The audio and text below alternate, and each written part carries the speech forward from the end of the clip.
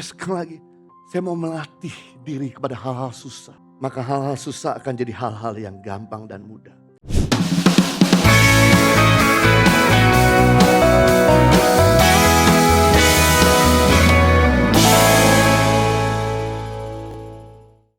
Yang kedua, mengapa kita perlu upgrade? Supaya beban lebih ringan. Yang pertama, supaya kita bisa punya kacamatanya Tuhan. Supaya kita bisa punya angle yang lebih luas, lebih jauh out the box. Jangan seperti katak dalam tempurung. Tapi yang kedua, supaya beban ini lebih ringan. Saudara, kalau Anda punya komputer di rumah, lalu kemudian dia mulai hang. Yang Anda perlu lakukan, coba upgrade software Anda. Suatu kali saya menggunakan Zoom, udah sekitar 1,5 tahun. Lalu kemudian ketika saya sedang ada Zoom meeting, Zoom saya nggak jalan. Kemudian saya bingung, saya udah restart nggak jalan.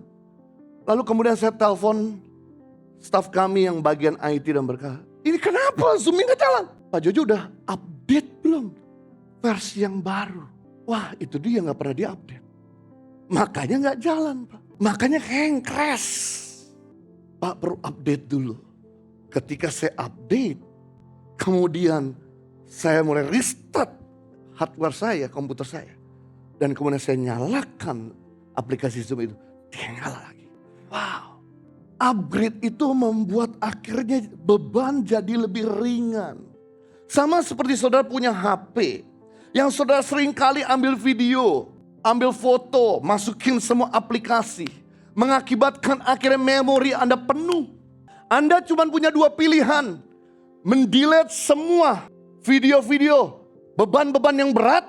Atau Anda pengen simpen gambar-gambar dan video itu. Pilihan yang kedua adalah Anda mengupgrade memori HP Anda. Ketika Anda mulai mengupgrade memori, maka Anda punya aplikasi. Ketika buka aplikasi WhatsApp jauh lebih ringan. Ketika Anda buka aplikasi Google lebih ringan. Ketika Anda buka aplikasi Google Map lebih ringan. Kenapa berat sekali? Karena Anda nggak meng-clear atau nggak upgrade memorinya. Sama hal, kalau Anda udah biasa ngangkat yang 50 kilo, maka dengan mudah untuk Anda mengangkat yang 40 kilo, 30 kilo, 20 kilo dan 10 kilo. Tapi kalau Anda nggak biasa mengangkat yang 20 kilo, maka amat sulit untuk Anda angkat yang 40 kilo. Makanya penting di sini untuk Anda belajar mengupgrade kemampuanmu supaya masalah yang kau hadapi jadi biasa. Sebagai contoh bangsa Israel. Di mana mereka punya pengalaman 400 tahun sebagai seorang budak. Punya pengalaman 400 tahun sebagai seorang petani.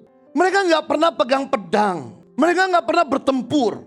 Latar belakang mereka bertahun-tahun selama 400 tahun adalah petani dan peternak. Begitu mereka keluar dari tanah perbudakan, lalu sengaja sama Tuhan dikirim musuh-musuh kecil seperti bangsa Amalek. Ternyata Hakim-Hakim 3 ayat 1-2 untuk melatih tangan bangsa Israel yang biasa pegang cangkul jadi pegang pedang.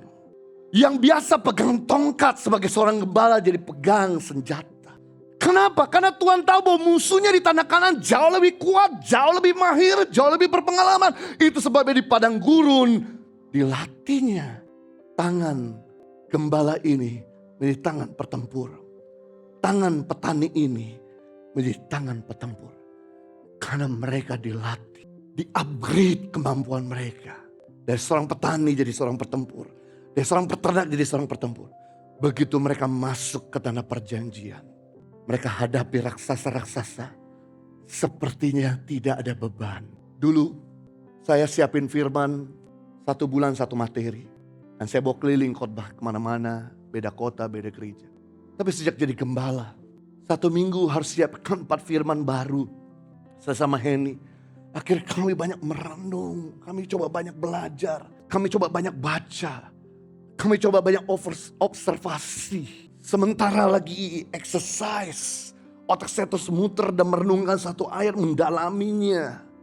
Dan ketika kami jadi gembala, bisa mendeliver yang tadinya 1 materi firman Tuhan dalam 1 bulan, jadi 4 materi 1 minggu, berarti 1 bulan 16 materi. Apa yang tadi?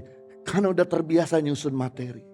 yang tadinya butuh waktu 1 minggu untuk dapat satu materi, maka kemudian mulai berkurang 8 jam satu materi. Dan kemudian mulai berkurang lagi sekitar 3 jam untuk satu materi. Udah terbiasa. Walaupun masih tegang. Tadi waktu presiden saya nikmati. Tapi masih ada tegang. Aduh, nanti bagaimana saya ngomong ini, apakah bisa atau bisa dijelaskan. Tapi sekali lagi, saya mau melatih diri kepada hal-hal susah. Maka hal-hal susah akan jadi hal-hal yang gampang dan mudah. Ibadah Impact Community Indonesia menjadi 5 sesi. Ibadah jam 8 pagi, jam 10, jam 12 siang, jam 3 sore, dan jam 5 sore. Seluruh ibadah berlangsung on-site di Mall of Indonesia, lantai P3, Kelapa Gading, Jakarta Utara.